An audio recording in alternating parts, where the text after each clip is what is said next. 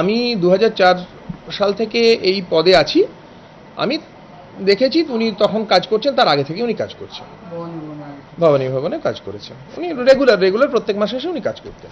উনি কিছু করেননি সেটা আমি জানি। এখন পুলিশ তো আর জানে না, পুলিশকে তো তদন্ত করতে হবে। পুলিশ একটা সন্দেহ যখন হয়েছে তখন পুলিশকে তো তদন্ত করে দেখতেই হবে, কাজে সেটা কাস্টাডিতে না নিলে কি করে করবে।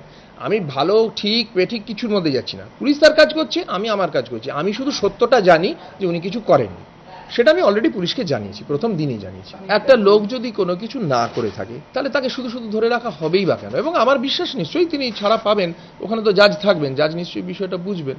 যেহেতু আমি মনে করি যে উনি নির্দোষ, মানে আমি মনে করি বলে না, আমি জানি উনি নির্দোষ।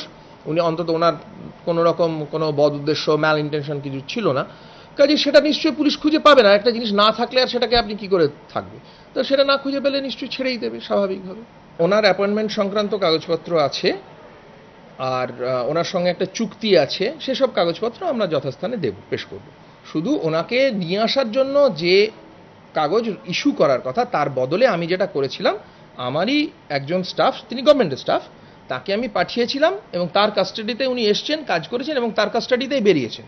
অর্থাৎ তিনি যাতে রাইটার্সের যে গুরুত্ব, অর্থাৎ এটা তো একটা সিকিউরিটি জোন, এখানে সিকিউরিটি যাতে লঙ্ঘিত না হয়, যাতে যেখানে সেখানে চলে যেতে না পারেন উনি, সেইটা দেখবার জন্যই আমার স্টাফ সবসময় তার সঙ্গে ছিল এবং সেই স্টাফ আমার কাছে দায়বদ্ধ।